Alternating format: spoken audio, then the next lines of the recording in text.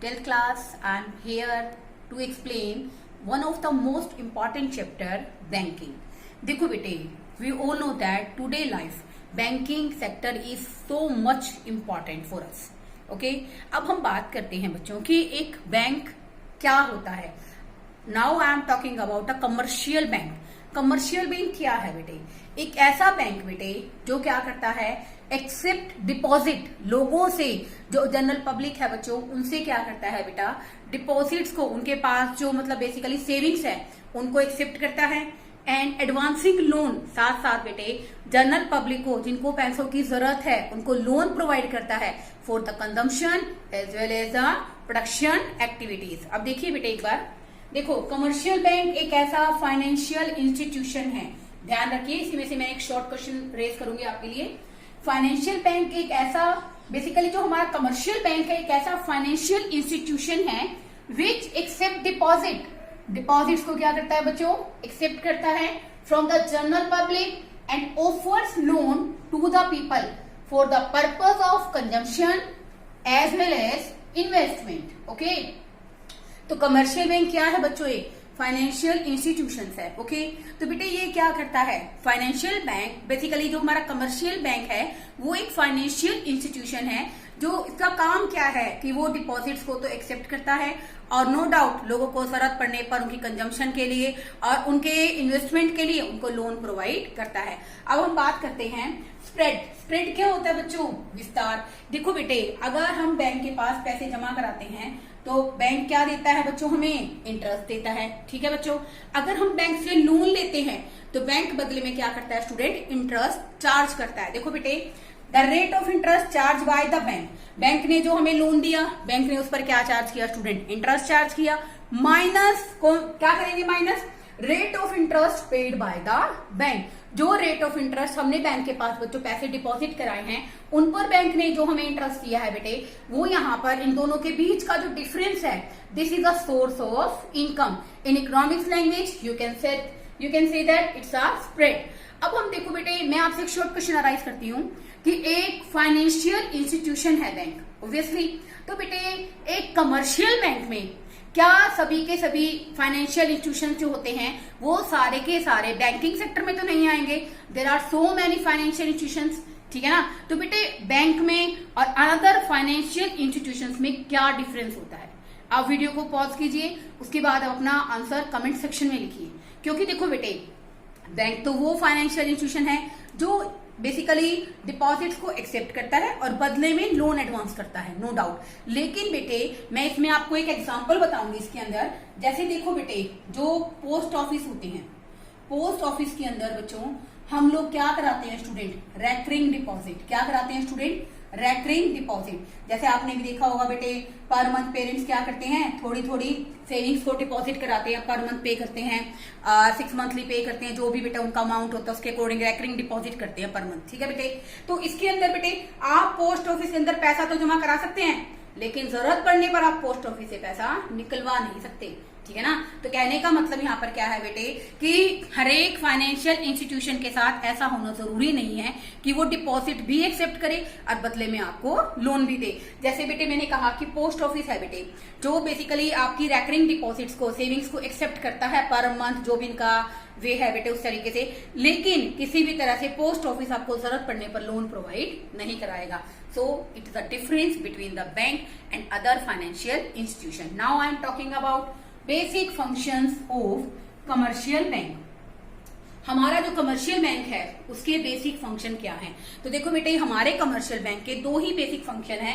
First accepting deposit and second advancing loan. अब देखो बेटे, जो हम बेसिकली क्या करते हैं, डिपॉजिट्स को एक्सेप्ट करते हैं स्टूडेंट, उसके अंदर होता क्या है बेटे, देखो डिपॉजिट्स को हम लोग दो तरह से एक्सेप्ट कर सकते हैं बच्चों. एक तो होता है चेकेबल डिपॉजिट, ये होता है स्टूडेंट हमारा चेकेबल डिपॉजिट्स, और दूसरा होता है स्टूडेंट हमारा नॉन चेकेबल डिपॉजिट्स. ओके, अब देखो बेटे, जो हमारे चेकेबल डिपॉजिट्स होते हैं बेटे, उनमें हम लोग पैसा जब चाहे क्या कर सकते हैं, विड्रॉल कर सकते हैं. तो जो बेटे हमारे चेकेबल डिपॉजिट्स होते हैं, बेसिकली यहाँ I think it's error in spelling, okay. तो बेटे जो हमारे चेकेबल डिपॉजिट्स होते हैं वहां वो क्या होते हैं बेटे, वो ऐसे डिपॉजिट्स होते हैं बेटे, जैसे ही आपने चेक भरा, विच money can be withdrawn at any time. जैसे देखो बेटे हमें पैसे की जरूरत है, हमने चेक फिल किया, देन पैसा आपके पास आ जाएगा, तो बेटे हम उसको कहते हैं बच्चों चेकेबल डिपॉजिट। चेक भर के आप कभी भी पैसा विड्रॉल कर सकते हैं। दूसरा होता है student non checkable deposit. Non checkable deposits कैसे होते हैं, विच money can not be withdrawn at any time, जिनमें हम लोग पैसा जरूरत पड़ने पर कभी भी नहीं निकाल सकते। कभी इन द सेंस की जब जरूरत है तब पैसा विड्रॉल नहीं कर सकते। क्यों नहीं कर सकते बेटे, क्योंकि बेटे इसका एक रीजन है, इसका एक रीजन ये है बच्चों, फिक्स्ड डिपॉजिट्स। फिक्स डिपॉजिट्स कौन से होते हैं बेटे, देखो बेटे ये नॉन चेकेबल डिपॉजिट है, क्योंकि चेक भर के आप इनसे पैसा विड्रॉल नहीं कर सकते हैं। और दूसरी सबसे इंपॉर्टेंट बात बेटे मैंने क्या कहा कि ये हमारे फिक्स डिपॉजिट के रूप में होते हैं। एक टाइम पीरियड, टर्म डिपॉजिट कह लीजिए आप, फिक्स डिपॉजिट कह लीजिए, सेम थिंग, ओके। तो बेटे टाइम पीरियड आने के बाद ही आप इनमें से पैसा विड्रॉल कर सकते हैं। बट बेटा अगर मान लो एडवर्स सर्कमस्टांसेस है, आपको पैसे की रिक्वायरमेंट है, तो जो आपका रेट ऑफ इंटरेस्ट है वो बेटे डाउन करके आपको पेमेंट की जा सकती है। लेकिन बेटे फिर भी इतनी जल्दी पैसा इसमें से भी विड्रॉल नहीं किया जा सकता, ओके। अब हम बात करते हैं स्टूडेंट सेकंड फंक्शन की, एडवांसिंग लोन।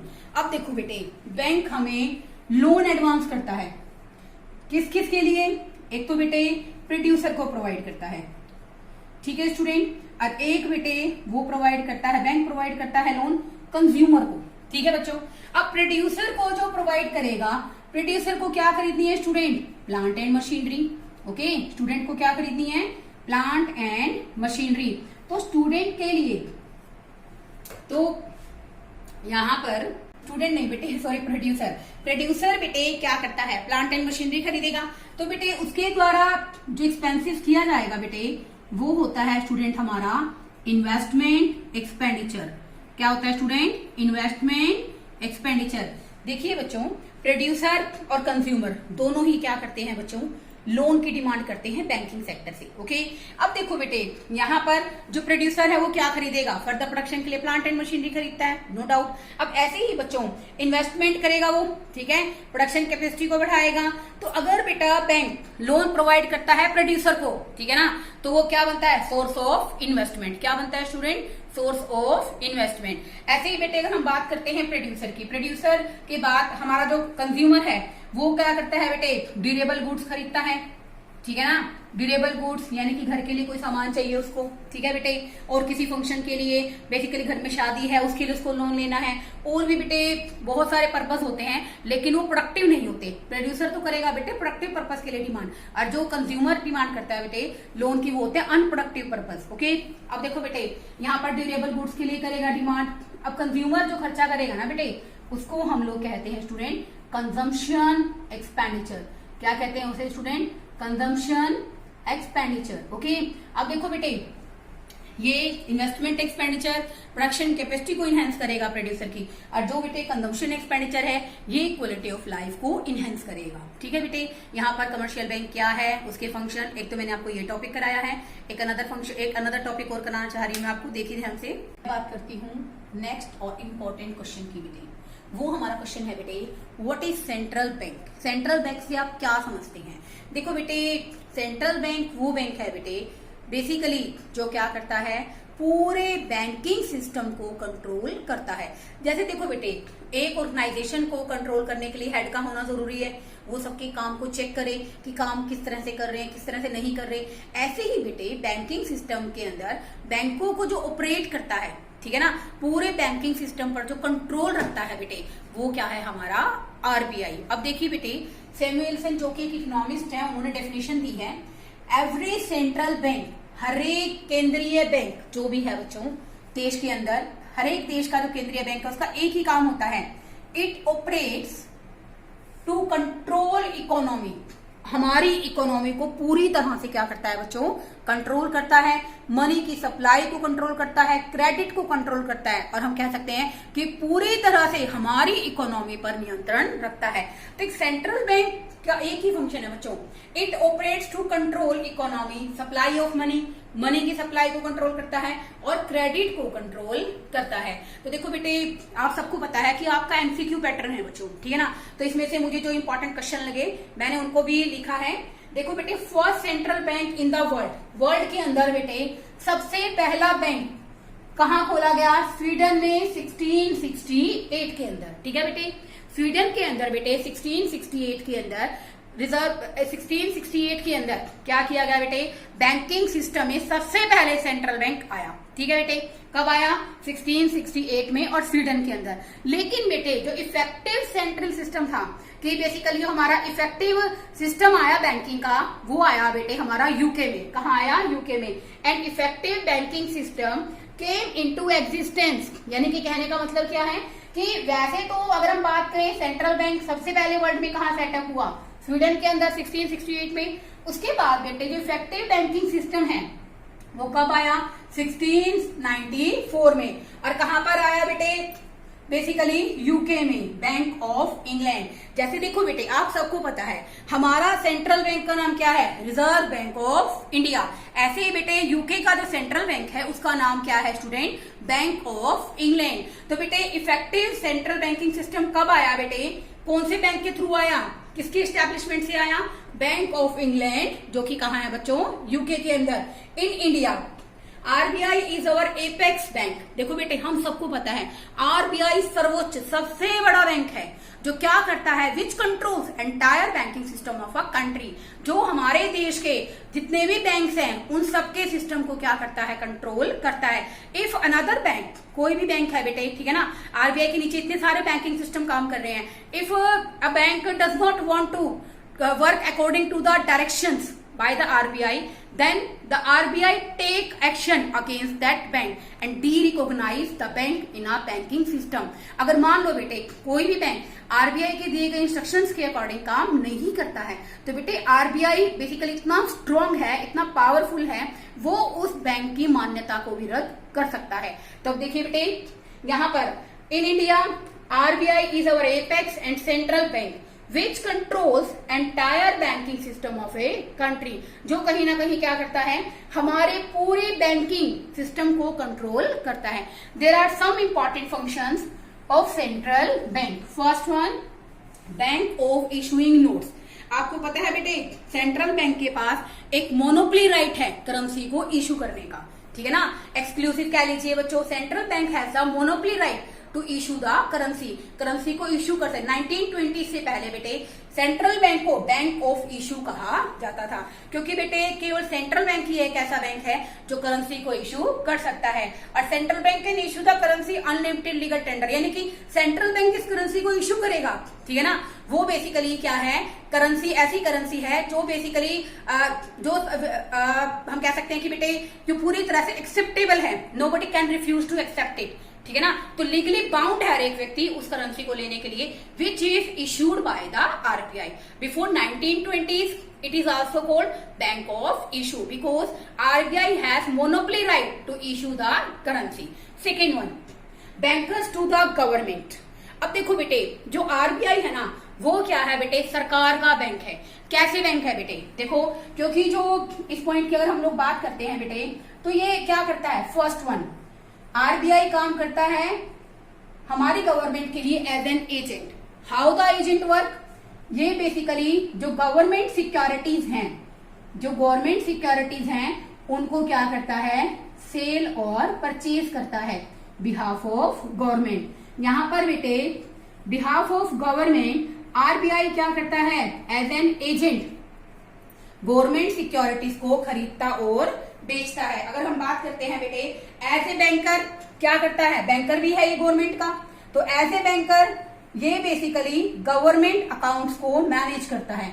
गवर्नमेंट के जितने भी अकाउंट्स हैं बेटे उनको बहुत अच्छे तरीके से क्या करता है? स्टूडेंट मैनेज करता है। So we can say that it's a banker of the government. और बेटा और भी हम कह सकते हैं बेटे ये जो हमारा बैंक है बेसिकली गवर्नमेंट के लिए क्या है? फाइनेंशियल एडवाइजर भी है, एजेंट है, बैंकर है और स्टूडेंट ये क्या है? गवर्नमेंट का फाइनेंशियल एडवाइजर भी है।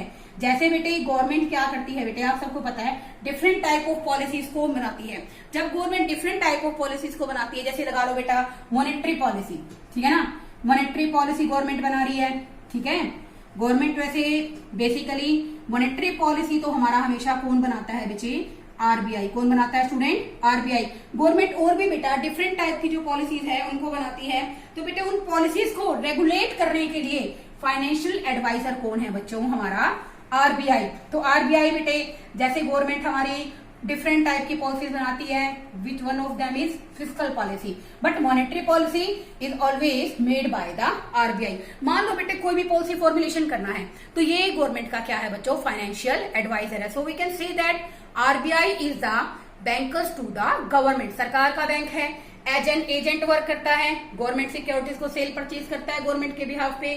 सेकेंड वन बैंकर है, गवर्नमेंट के अकाउंट्स को मैनेज करता है। थर्ड वन फाइनेंशियल एडवाइजर है, अगर गवर्नमेंट क्या कर रही है, कोई भी पॉलिसी फॉर्मुलेट करती है तो उसके लिए गवर्नमेंट को फाइनेंशियली एडवाइस प्रोवाइड करता है। So we can say that RBI is the bankers to the government, सरकार का बैंक है।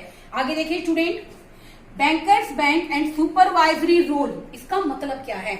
देखो बेटे आप सबको पता है RBI is the apex bank which control entire banking system of a country and every member bank has follow the directions which is given by the RBI.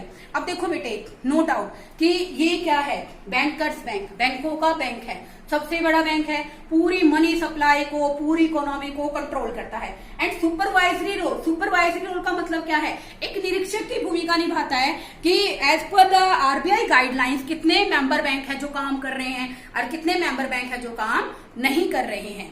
Bankers bank की ही बात मैं अब डिस्कस कर रही हूँ। देखो बेटे जैसे एक कमर्शियल बैंक का जो रिलेशनशिप होता है बेटे किसके साथ होता है? उसके कस्टमर के साथ। किसके साथ? कस्टमर कह लीजिए स्टूडेंट, जनरल पब्लिक के साथ। वही रिलेशन कमर्शियल बैंक का होता है स्टूडेंट हमारे आरबीआई बैंक के साथ। ठीक है, आरबीआई बैंक क्या करता है? कमर्शियल बैंक की डिपॉजिट्स को एक्सेप्ट करता है। ठीक है बच्चों, ऐसे ही बेटे बेसिकली आरबीआई एक सुपरवाइजरी रोल भी प्ले करता है। ये सुपरवाइजरी रोल क्या है स्टूडेंट? सुपरवाइजरी रोल क्या है?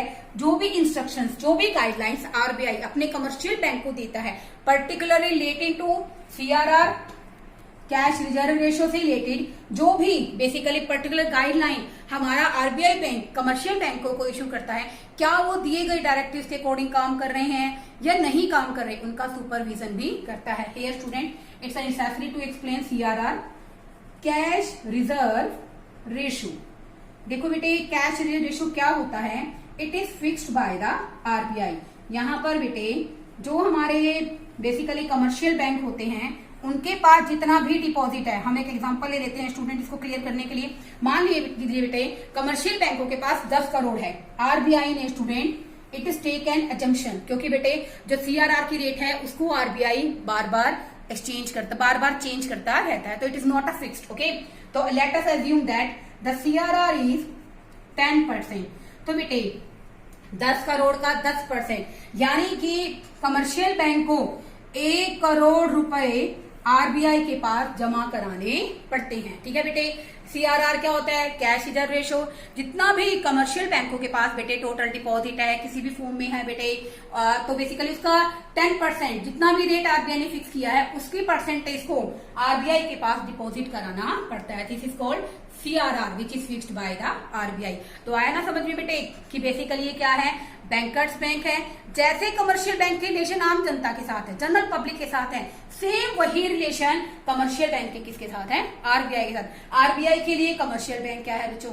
एक तरह से उसका कस्टमर है। और भी बेटे कई तरह की फैसिलिटीज हैं जो बेसिकली गाइडलाइंस हैं जो RBI time to time commercial bank को इशू करता है। No doubt as a supervisory role वो बेसिकली जितने भी बैंक्स हैं, मेंबर बैंक्स उसके अंडर काम कर रहे हैं, उन सबकी ऑब्जर्वेशन करता है कि क्या वो the bank do the work according to the RBI guidelines और नोट, की जो बैंक हैं वो आरबीआई गाइडलाइन के अकॉर्डिंग काम कर रहे हैं या नहीं कर रहे हैं। नेक्स्ट देखिए student, lender of the last resort क्या मतलब होता है बेटे?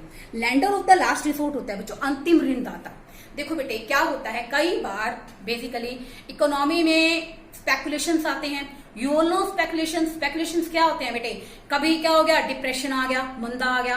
कभी आपने देखा कि जो बेसिकली फ्लक्चुएशंस आ रहे हैं उनके कारण बहुत ज्यादा तेजी आ गई। एट प्रेजेंट बेटे जैसे इकोनॉमी के अंदर ड्यू टू कोरोना, आप सबको पता है बेटे इकोनॉमी में क्या है स्टूडेंट, डिप्रेशन आया हुआ है, मंदा आया हुआ है। तो देखो बेटे होता क्या है कि जब बेसिकली इकोनॉमी के अंदर ऐसी कोई सिचुएशन क्रिएट होती है तो कई बार बेटे जो आम जनता है उनको ये हो जाता है कि किसी न किसी कारण से बेटे उनका जो ट्रस्ट है बैंकिंग सिस्टम पर कम हो जाता है and they start withdrawing their money from a particular bank. वो बेसिकली सबके सब क्या करते हैं, उसे एक पर्टिकुलर बैंक से पैसा विड्रॉल करना शुरू कर देते हैं। तो क्या होता है बेटे, एक ही टाइम पे इतने सब लोगों की पेमेंट करना किसी भी कमर्शियल बैंक के इंटरेस्ट में नहीं होता, ना वो कर सकता है पेमेंट, ठीक है ना। क्योंकि बेटे आपने इससे पहले स्प्रेड पढ़ा। स्प्रेड क्या होता है बेटे? सोर्स ऑफ इनकम, एक तरह से इनकम है हमारे बैंक की। क्योंकि बेटे आरबीआई जो कमर्शियल बैंक होता है बेटे उसके पास जो भी पैसा आता है लोग उसको डिपॉजिट कराते हैं, उसका कुछ परसेंटेज अपने पास रखे वो आगे लोगों को क्या कर देता है, जनरल पब्लिक को उधार दे देता है। तो बेटे इतना पैसा ना तो उसके देने, ना तो वो दे सकता है बेटे क्योंकि वो इकोनॉमिकली इतना कैपेबल नहीं है, क्योंकि उसने पैसा आगे लोगों को further as a loan provide करा दिया है। और दूसरा बेटे ना उसके इंटरेस्ट में होता है। तो कई बार बेटे जो आरबीआई बैंक होता है ऐसे सर्कमस्टांसिस के अंदर आ जाता है कि उसे कहीं से भी फाइनेंशियल एकोमोडेशन नहीं मिलती है, कहीं से भी उसको वित्तीय सहायता नहीं मिलती है। Then RBI plays an important role, RBI एक इंपॉर्टेंट रोल प्ले करता है and then provide finance to the commercial bank. और वो कमर्शियल बैंक को बेटे फाइनेंस प्रोवाइड करता है। So we can say that as a lender of the last resort RBI provides financial accommodation to the commercial bank. So we can say that it's also an important function which is performed by the RBI. Okay. बेटे अब हम another function पढ़ रहे हैं बच्चों। Central bank is a custody of foreign exchange. देखो बेटे जो सेंट्रल बैंक होता है ना वो फॉरेन करेंसी का, फॉरेन एक्सचेंज का रिजर्व अपने पास रखता है। तो बेटे it is manage by the manage floating. अब एक वर्ड आता है स्टूडेंट आपकी बुक के अंदर, मैनेज्ड फ्लोटिंग। मैनेज्ड फ्लोटिंग क्या होता है स्टूडेंट? देखो बेटे मैनेज्ड फ्लोटिंग का अनदर नेम है स्टूडेंट डर्टी फ्लोटिंग। हम इसको क्या कहते हैं स्टूडेंट? Dirty floating. मतलब क्या होता है कि मैनेज्ड फ्लोटिंग क्या है? देखो बेटे हम एक्सचेंज रेट का डिटर्मिनेशन करते हैं। यू ऑल नो दैट, यहां पर हम लोग लिख लेंगे बेटे फॉरेन एक्सचेंज रेट। ओके, उसके बाद बेटे हम लोग यहां लिखेंगे OX पर demand and supply of foreign exchange. Okay, अब देखो बेटे इट्स अ डिमांड कर्व, ये आपका सप्लाई कर्व है। आपने प्लस 1 में माइक्रो में सीखा है ना, प्राइस डिटर्मिनेशन होते हैं स्टूडेंट। ऐसे ही क्या हो जाता है बच्चों, यहाँ पर रेट डिसाइड हो जाते हैं किसके? फॉरेन एक्सचेंज की। ठीक है बच्चे। अब देखो बेटे मैनेज्ड फ्लोटिंग क्या होती है?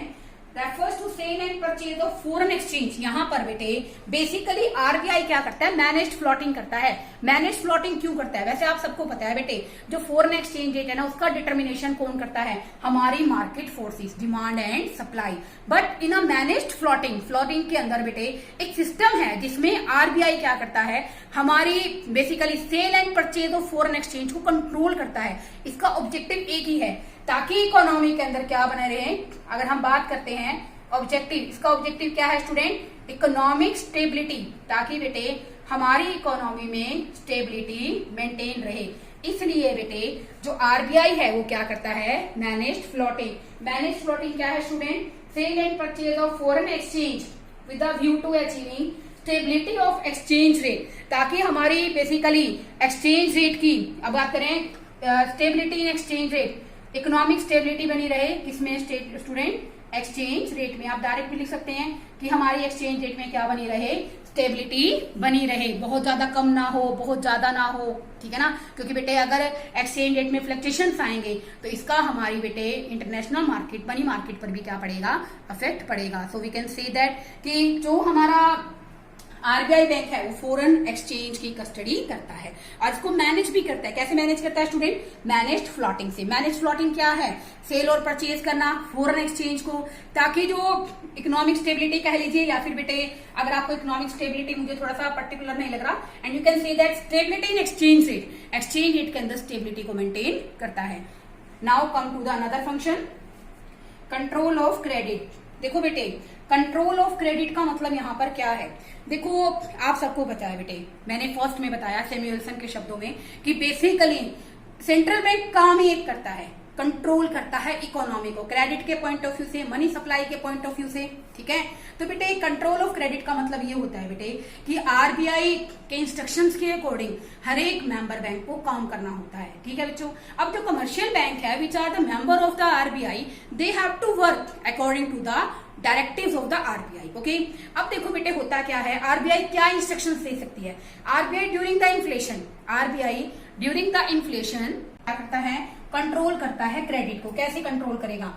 ड्यूरिंग इन्फ्लेशन आरबीआई क्या चाहता है कि इन्फ्लेशन के टाइम, इन्फ्लेशन मतलब क्या होता है बच्चों? Continuously rising price of A commodity. अगर बेटे वस्तु की कीमत लगातार बढ़ती है तो हम उसको क्या कहते हैं बच्चों? इन्फ्लेशन कहते हैं। तो इन्फ्लेशन को कैसे कंट्रोल कर सकता है? क्रेडिट को रिस्ट्रिक्ट करके। इन्फ्लेशन को कंट्रोल करने के लिए आरबीआई क्या एडवाइस देगा अपने बैंक को कि वो क्या करें बेटे? क्या करें? सप्लाई ऑफ मनी को कंट्रोल करें, ठीक है ना। सप्लाई ऑफ मनी को क्या कर दें? रेस्ट्रिक्ट कर दें। इसका क्या इफेक्ट आएगा? देखो बेटे, अगर सप्लाई ऑफ मनी को रेस्ट्रिक्ट कर देंगे, कंट्रोल कर देंगे, तो उससे एक इफेक्ट क्या आएगा कि नो डाउट जो बेसिकली अवेलेबिलिटी ऑफ मनी है वो क्या हो जाएगी स्टूडेंट? रिड्यूस हो जाएगी। अवेलेबिलिटी ऑफ मनी रिड्यूस्ड, तो बेटे अगर लोगों को पैसा अवेलेबल नहीं होगा, this will decrease the demand. अगर बेटा डिक्रीज हो जाएगी, decrease the demand of goods and services, जो डिमांड है बेटे गुड्स और सर्विसेज क्या हो जाएगी? डिक्रीज। तो इन्फ्लेशन विल बी कंट्रोल। और ड्यूरिंग डिफ्लेशन, जब मान लो बेटे इकोनॉमी के अंदर क्या है? डिफ्लेशन। डिफ्लेशन क्या होता है? Continuously rising price of A commodity. During deflation supply of money को हम लोग क्या कर देंगे बच्चों? इंक्रीज कर देंगे, ठीक है ना। यहाँ पर तो क्या एडवाइस देगा कि सप्लाई ऑफ मनी को रिस्ट्रिक्ट कर लो या कंट्रोल कर लो। यहाँ पर स्टूडेंट हम क्या करेंगे? सप्लाई ऑफ मनी को इंक्रीज करेंगे। इंक्रीज करेंगे तो बेटा वही मनी की अवेलेबिलिटी इंक्रीज हो जाएगी। Money availability is increased, okay. Money की अवेलेबिलिटी अगर इंक्रीज होगी बेटे तो नो डाउट डिमांड बढ़ेगी गुड्स एंड सर्विस की। Demand for goods and services increased, okay. और उसके बाद बच्चों अगर डिमांड बढ़ जाएगी तो नो डाउट बेटे डिफ्लेशन क्या हो जाएगा? कंट्रोल हो जाएगा।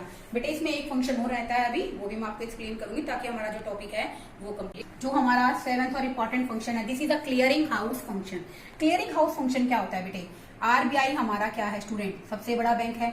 इसके अंडर बेटे एक एजम्पशन ले लेते हैं, एक कमर्शियल बैंक ए काम कर रहा है और दूसरा बेटे कमर्शियल बैंक बी काम कर रहा है, ओके। बैंक ए को एक चेक रिसीव होता है 10,000 रुपीज का, ठीक है बेटे। वो बेसिकली जो बैंक ए को चेक मिला है वो किस पर विड्रॉन किया गया है? ड्रॉन किया गया है बैंक बी के नाम पर। बैंक बी को एक चेक मिलता है 15,000 का, ठीक है बेटे। अब उसके लिए जो पेमेंट आनी है वो कहां से आनी है? कहां से आनी है? बैंक ए से। तो बेटे दोनों के अकाउंट किसके पास है बच्चों? आरबीआई के पास। आरबीआई म्यूचुअल एडजस्टमेंट से क्या कर देगा? इसको बेसिकली क्लियर कर देगा, जिसके कारण बेटे कैश की रिक्वायरमेंट और अननेसेसरी ट्रांसफर ऑफ कैश क्या हो जाएगा? रिड्यूस हो जाएगा। कहने का मतलब क्या है बेटे? देखो आरबीआई जो है बेसिकली उसके पास सभी बैंकों के अकाउंट्स होते हैं, ठीक है बच्चों। अब इसके कारण क्या है? कमर्शियल बैंक ए को 10,000 रुपए का चेक मिलता है which is withdrawn on B, जो बेसिकली किस पर लिखा गया है?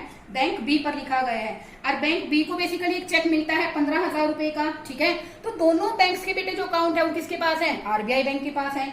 अब देखो बेटे यहाँ पर बेसिकली दोनों बैंक के जो चेक है वो क्लियर हो जाएंगे with the help of RBI and it will also reduce basically जो बेसिकली कैश की रिक्वायरमेंट है, ट्रांसफर ऑफ कैश है, उन सबको बेटे क्या कर देगा? अवॉइड कर देगा। तो बेटे ये clearing house function which is also provide by the RBI. बेटे बहुत अच्छा टॉपिक है और नो डाउट बेटे बोर्ड में से बैंकिंग फंक्शन में मैंने जितने भी कॉन्सेप्ट आपको कराए हैं कि जो सेंट्रल बैंक का फंक्शन है, जो मैंने इतने सारे पॉइंट्स आपको डिस्कस किए हैं बेटे, बहुत ही इंपॉर्टेंट टॉपिक है। ध्यान से सुनिए, एक बार नहीं समझ आता दोबारा सुनिए बच्चों, और बहुत अच्छे ढंग से इन क्वेश्चंस को प्रिपेयर कीजिए। अब बेटे आज का मेरा जो क्वेश्चन है वो ये है, मैंने आपको बताया कि सबसे पहले बैंक स्वीडन के अंदर खुला, ठीक है ना। अब उसके बाद फिर मैंने बताया कि इफेक्टिव सिस्टम कब आया, यूके में आया बैंक ऑफ इंग्लैंड से। अब मेरा क्वेश्चन ये है कि इन इंडिया हमारा जो बेसिकली आरबीआई बैंक है वो कब इस्टेब्लिश हुआ? In India when was the RBI bank establish? And another question is that explain me what is the act of RBI. RBI को बेसिकली जो ईयर है, ईयर ऑफ इस्टेब्लिशमेंट और year of applicable दोनों अलग अलग हैं बेटे। आरबीआई एक्ट कौन सा है? नो डाउट पहला क्वेश्चन ये है, और दूसरा आरबीआई की इस्टेब्लिशमेंट कब हुई थी। पूरी वीडियो को ध्यान से देखिए और उसके बाद आप मुझे क्वेश्चंस का जवाब दीजिए। Okay, thank you students.